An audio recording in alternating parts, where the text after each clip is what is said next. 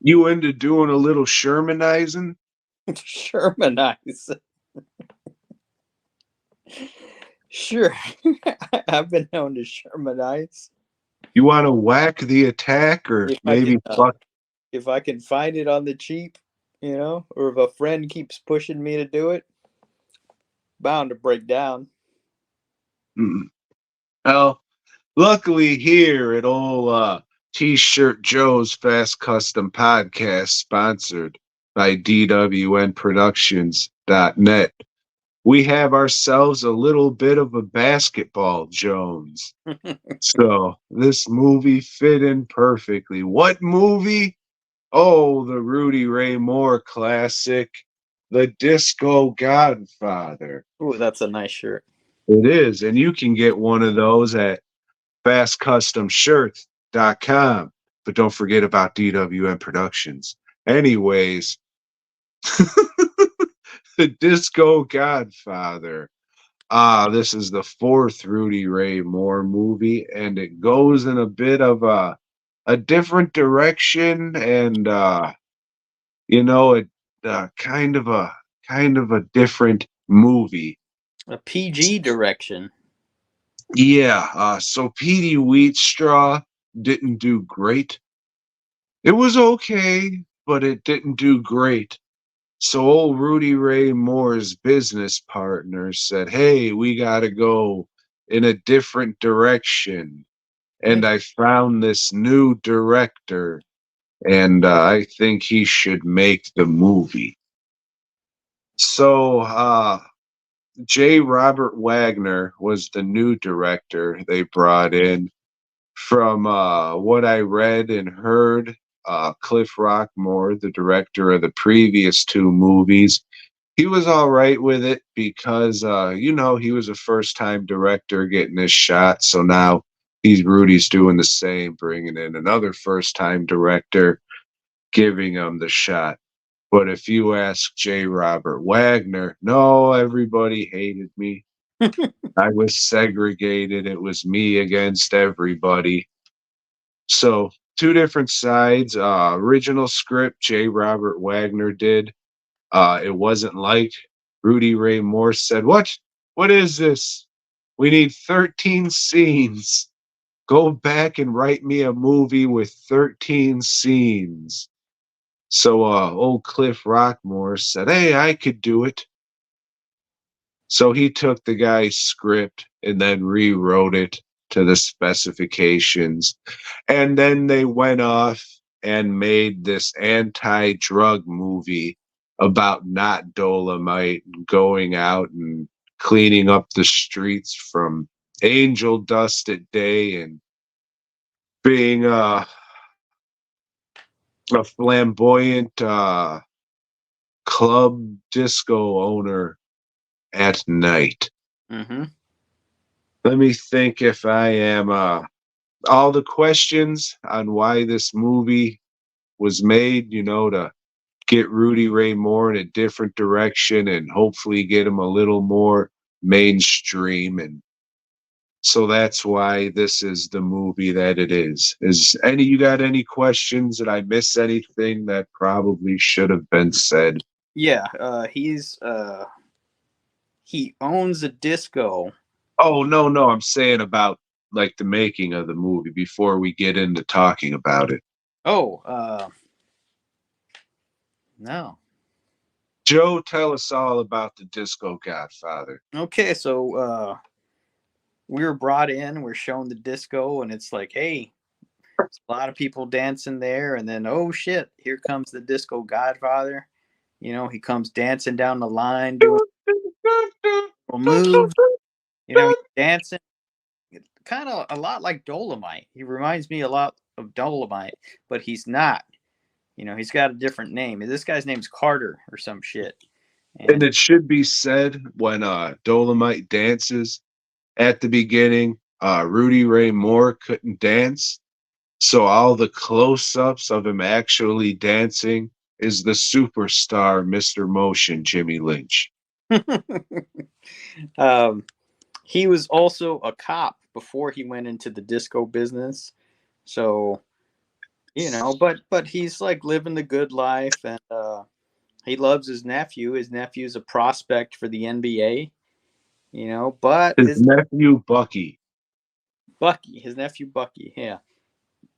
But like all of us, Bucky has a friend that is probably not the best of friends. That is a bit of a bad influence, and Bucky's friend, he likes the whack, which is another name for angel dust, which has PCP. been on the streets a lot. And well, Bucky finally breaks down, gives it a shot, comes in the disco, makes an ass of himself, strips down, starts playing basketball, imaginary basketball. But and I don't remember. I saw this like, I don't know, weeks ago. It feels like. But does he start seeing demons too, or is it Yeah, lady? he freaks out. Yeah, He starts freaking out, and then everybody's getting worried. Old Tucker, he does the classic line, "Where is Bucky and what has he had? Somebody call a bambulance." That's also a fucking good line. So, yeah, Bucky's all fucked up on Sherm, and the ambulance comes out, and holy shit, what's his nuts? Jerry Jones is back. Fuck yeah. They worked out whatever the fuck was going on. And now Jerry Jones is back to be a fucking doctor. And he runs a fucking Sherm clinic that's dealing with all these people whose brains are fucked up from PCP. And he just tells us about the dangers of PCP. He's like, hey, look at this lady over here. She fucking cooked up her baby as a ham and shit. And hey, look at that guy. He's fucking crazy and white. All these people took PCP. It's fucking crazy. And Tucker goes, movie. It's funny shit. That whole segment. Um, I liked it. you know why you like it, Joe? This is a pretty entertaining movie. So old Tucker, not Dolomite, learns about all this shit, and I gotta go on a crusade against angel dust. So he does. He gets the town together at this old Attack the Whack rally, and Carol Speed fucks up her line so goddamn bad, and I guess they only had one fucking take.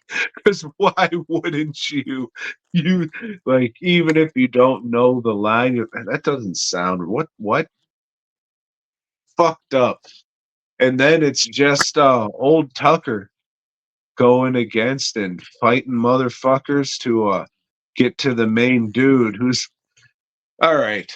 So we didn't get to like the actual plot of this movie, but there's a bad dude who wants to have his own basketball team, but nobody wants to play basketball for him. So he gets these prospects fucked up on PCP, and then he's going to form his own team of all these fucking people who are fucked up on PCP who fucked up their chances of getting in the NBA. So that's like his, you come with me, you're going to be the next Harlem Globetrotters, but you can smoke PCP and shit, I guess. I don't know what other teams these motherfuckers would play, but they're just gonna fucking pool shark people out of some fucking street ball, I guess. Yeah, Howard Jackson shows up at one fucking time. Oh, this is an angel dust fight? And then he starts fucking doing karate moves just so he could be in the fucking movie. Uh, Actually, his fight scenes, they look good. They're that's some all right shit there. If I remember, he was what's his nuts? Chuck Norris's bodyguard. Makes sense because in what was it? The shit, maybe the first one.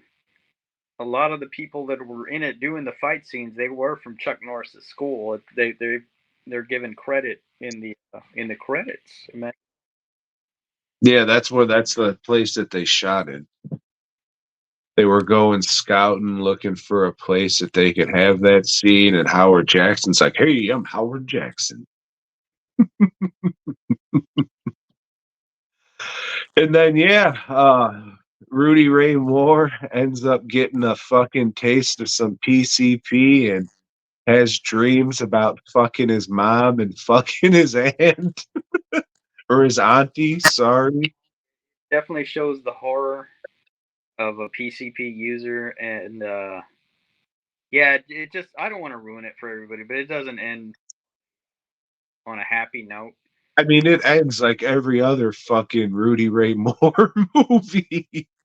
Brings you down at the end. It's like, God damn, you know. Hmm.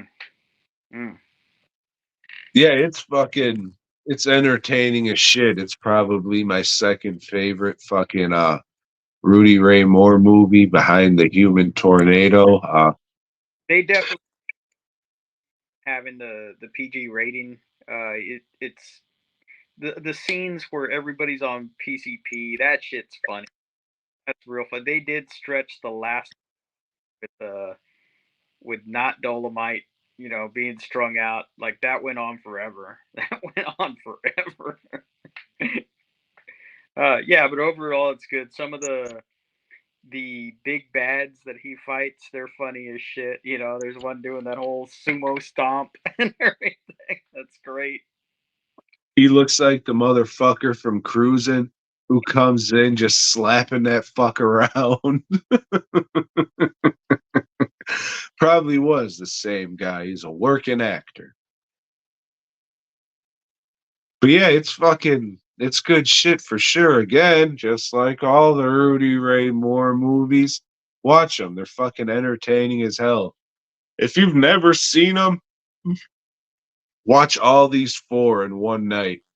Get your friends together, get some legal marijuana and some alcohol, preferably beer if you're of legal drinking age, and watch these four core Rudy Ray Moore movies in one night. It'll be a night you will remember for the rest of your life, even if you like the movies or not. They're good shit, man. They really are.